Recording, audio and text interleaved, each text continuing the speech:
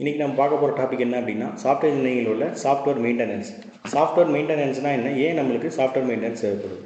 Software maintenance அப்படிங்கிறது software life சைக்கிளில் உள்ள லாஸ்ட் அவர்ல ஸ்டேஜ். இது எப்போ அக்கர் ஆகும் அப்படின்னா, நம்ம ஒரு சாஃப்ட்வேரோ இல்லை ஒரு ப்ராடக்ட்டோ நம்ம ரிலீஸ் பண்ணி யூசர் கையில் போனதுக்கப்புறமா அவங்க ஏதாவது எரர் சொல்கிறாங்க, இல்லை ஏதாவது சேஞ்ச் பண்ண சொல்கிறாங்க, இல்லை கொடுத்த விஷயத்தில் ஏதாவது மாற்ற சொல்கிறாங்க அப்படின்னா அந்த டயத்தில் வந்து நம்மளுக்கு சாஃப்ட்வேர் மெயின்டெனன்ஸ் ஆனது நடக்கும். இது மேக்ஸிமம் ஓவரால் சைக்கிள்லேருந்து 40% 70% வந்து நம்மளால் எடுத்துக்க முடியும். இதால் நம்மளுக்கு வந்து காஸ்ட் வைஸ் வந்து நம்மளுக்கு பெனிஃபிட் இருக்கும். டெவலப்பர்ஸும் இதுக்கு ஏற்ற மாதிரி அவங்க யூசர்ஸ் என்ன கேட்குறாங்களோ அதை வந்து அவங்க மாற்றி கொடுப்பாங்க. ஸோ இப்போ சாஃப்ட்வேர் மெயின்டெனன்ஸ் அப்படிங்கிறது நம்ம கோடிங்கில் எதுவும் எரர் காட்டுது, இல்லை அவங்க ஏதாவது ஒரு குறிப்பிட்ட ஒரு டேட்டாவை டெலீட் பண்ண சொல்கிறாங்க, இல்லை இருக்கிற டேட்டாவே எனக்கு இந்த மாதிரி புதுசாக வேணும் சொல்லி கேட்குறாங்க செய்கிறாங்க அப்படின்னா அதை பண்ணலாம். இல்லை ஒரு தப்பான டேட்டாவை என்டர் பண்ணிட்டாங்க, அதை டெலீட் பண்ண சொல்கிறாங்க, இல்லை இந்த டேட்டாவை இப்படி மாடிஃபை பண்ண சொல்கிறாங்க அப்படின்னா அந்த இடத்துல வந்து சாஃப்ட்வேர் மெயின்டெனன்ஸ் இருக்கும். இல்லை சாஃப்ட்வேர் நாங்கள் இன்னும் கொஞ்சம் அப்டேட் பண்ணி கொடுங்க, எங்களுக்கு சப்போர்ட் ஆக மாட்டேங்குது சொல்லி அதை இஷ்யூ சொல்கிறாங்கன்னா அதை நம்ம அந்த இதில் சரி பண்ணுறோம். இதுக்கு மேக்ஸிமம் மெயின்டெனன்ஸோட மெயின் நீடு வந்து எரரை கரெக்ஷன் பண்ணுறோம்.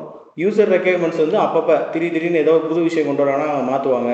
இல்லை அவங்க சிஸ்டம் ஏதாவது மாற்றுறாங்க அப்படின்னா அப்போ அந்த சாஃப்ட்வேர் வந்து நம்ம அவங்களோட ஹார்ட்வேரில் சப்போர்ட் ஆக திருப்பி அதை மாற்ற சொல்லுவாங்க.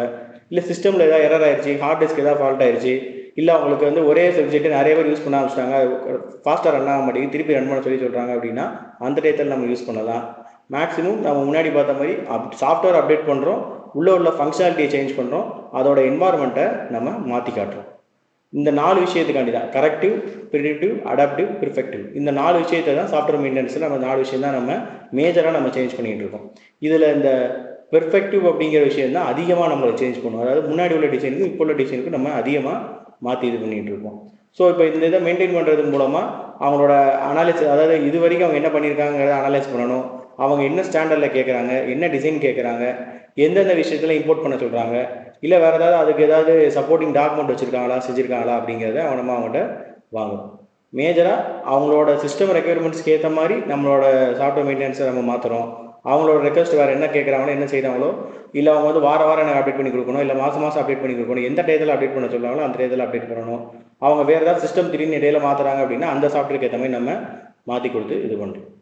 ஸோ இப்போ இதில் இல்லை ஒரு வேளை வெர்ஷன் நம்ம 2-3 வருஷன் யூஸ் பண்ணிகிட்டு இருக்கோம் அப்படின்னா நம்ம பழைய வெர்ஷன் வச்சுருக்காங்க, இப்போ புது வெர்ஷன் கேட்குறாங்க அப்படின்னா அதுக்கேற்ற மாதிரி நம்ம இந்த விஷயத்தை மாற்றி கொடுக்குறது.